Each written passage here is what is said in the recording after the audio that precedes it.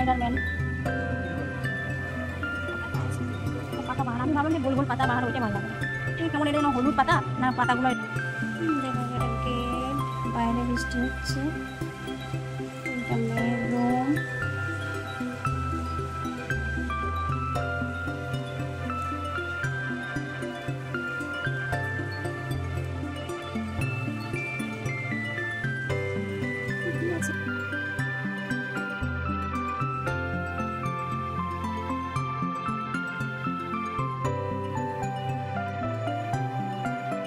Good morning বন্ধুরা, welcome back to my channel. আমি সুবিতা, কোয়েলি ওয়াল চ্যানেলে তোমাদের সবাই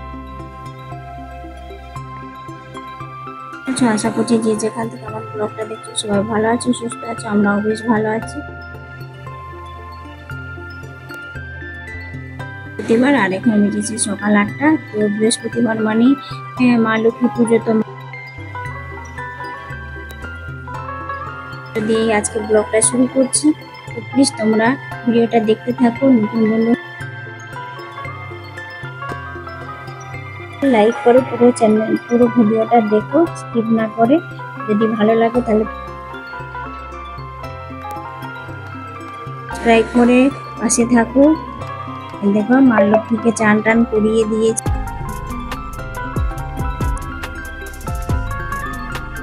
আমার মা লক্ষ্মী কেমন লাগছে তোমরা কমেন্ট করে জানাবে। আর এই যে মা লক্ষ্মী একটুখানি আলপনা দিয়ে একটু মা লক্ষ্মীর ঘর সাজিয়ে পুজো করতে হয়, আমি তাই করি।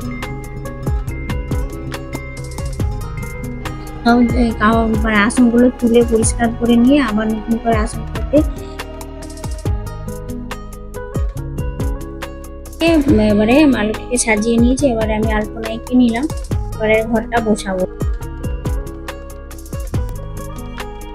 আমি ঘর বসাই, তো দেখতে পেলে তো একটা প্লেট নিলাম, তার মধ্যে ধান দিলাম, তো এমনি ওই জবা ফুল ছিল ওগুলো দিয়ে একটু সাজিয়ে নিলাম। তারপরে যে ঘরের মধ্যে এমনি গঙ্গা জল, তারপরে ওই আম পাতা, আম শাখা, আর আমার একটা পিতলে আম শাখা আছে, সেটা পান কলা আর দেওয়ার পরে আমি একটা ঘটে দিয়ে দিই, মানে খুব ছোট সে ঘটা আচ্ছাদন বলা হয় না, সেই গামছাগুলো। এভাবেই আমি লক্ষ্মীর ঘরটা আমি বসিয়ে দিই, মা লক্ষ্মীর কাছে বসিয়ে দিলাম। এবারে পুজোটা করিয়ে নিই, হয়ে গেছে। এবারে আরতিটা করে নেবো। তো আমার গাছে ফুল হয়েছিল ওই জবা ফুলটা, দেখতে কালারটা ভালো। তো এবারে পুজোটা করেছি, মানে হয়ে গেছে। আরতিটা বৃহস্পতিবারে কিন্তু এরকম কর্পূর দিয়ে পুজোটা করে নিই, ঠিক আছে। এরকম করলে নেগেটিভ এনার্জি মানে দূর হয়, পজিটিভ প্রবেশ করে ঘরে, এই জন্য।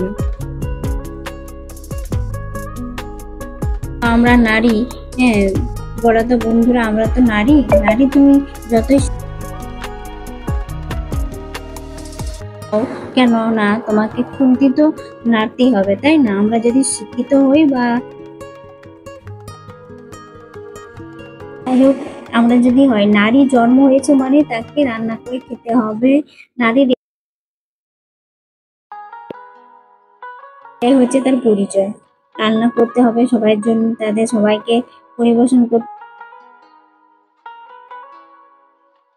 আমার সবার দায়িত্ব নিতে হবে, এটাই হচ্ছে নারীর ধর্ম। তো নারী তো যখন ছোট থাকতে হয়, তখন তুমি যদি কোনো কাজ না করো কোনো অসুবিধা নেই, তোমাকে বাবা মাকে কিছু বলে না। বিয়ে হয়, তুমি শ্বশুর বাড়িতে আসবে, তখন তোমাকে সবার খেয়াল রাখতে হবে। প্রথমে তোমার যেহেতু হাজবেন্ড, বাবা, পরিবারের সবাই, তারপরে তখন তোমার যখন নিজের ছেলে মেয়ে হবে তাদেরও তো খেয়াল রাখতে হবে। তাই তুমি হচ্ছে বাইরে তুমি চাকরি করো, মাস্টার্স যা হোক কেননা, তোমাকে কোনো হলে কিন্তু তোমাকে যে কোনো হোক না কেন তোমাকে কিন্তু রান্না করে এসে রান্না করতেই হবে। স্টুডেন্টের বাচ্চার জন্য তো করতেই হবে, অন্য পরিবারে কারোর জন্য না করে তাদের জন্য করতেই হবে। বন্ধুরা, আমরা নারীরা যতই সুন্দরী হয়, স্মার্ট হয় বা শিক্ষিত যেই হোক না কেন, নাড়তেই হবে। তাই তো, এটাই হচ্ছে নারীর ধর্ম। তো এইদিকে আমার মেয়ে দেখো যাচ্ছে, আর ওকে যে টিফিন দিলাম দেখলে তো, টিফিন তো বানানোর সময় পাইনি, এত বান্না থাকে না, আর টিফিন বানানো হয়নি। তো আগের দিনে কেক নিয়ে এসেছিল, ওই কেকটাই দিয়ে দিলাম। আর ওই আমার আর যেটুকু রান্না বাকি আছে সেটাই এখন করতে বসে গেছি। তো যে করবো, আর ওই যে ওলটা সেদ্ধ করে রেখেছি, আর ওলের ঘন্ট করবো। তো প্রথমে ওই দেখো তেলের মধ্যে জিরে ফোড়ন দিলাম, তেজপাতা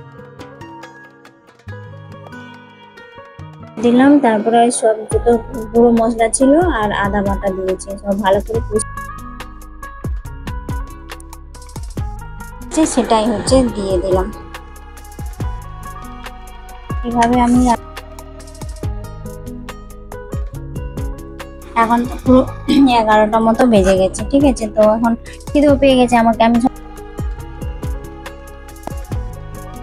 খাইনি, তো আমি শুধু চা খাই একটুখানি, আর কিছু খাইনি। এবার চান টান করে পুজো দেওয়ার পর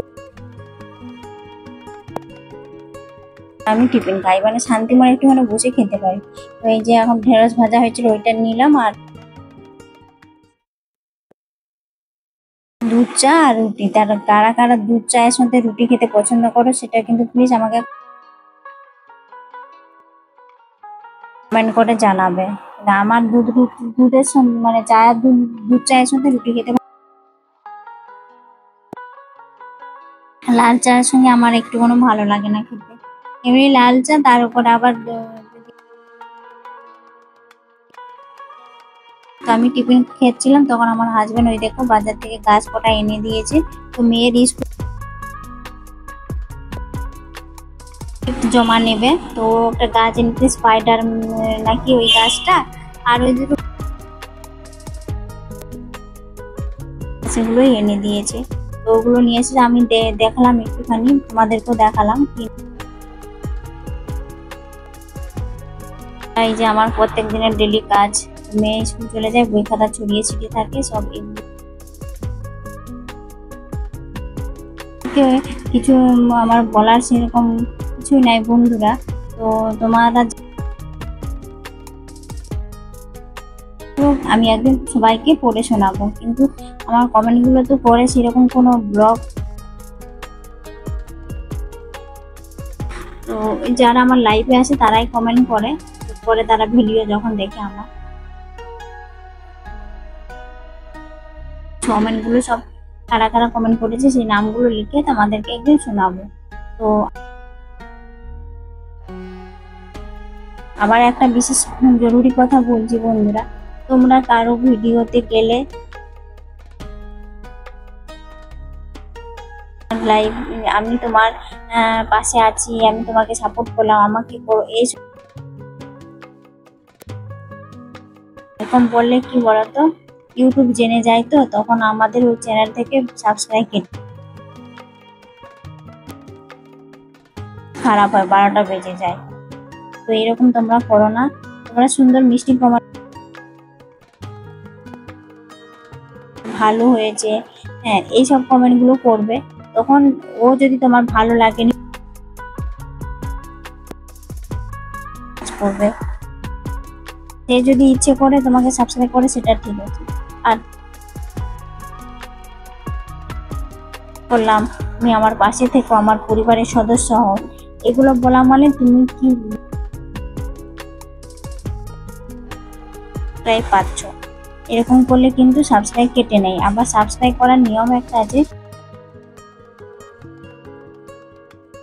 তাকে 24 ঘন্টার পর ওয়েট করতে হবে তোমাকে, সে 24 ঘন্টার পরে তোমাকে ভিডিওটা এখানে শেষ করছি। ভিডিওটা যদি কোথাও ভালো লাগে বন্ধুরা প্লিজ লাইক শেয়ার কমেন্ট এবং সাবস্ক্রাইব করে ব্লগে।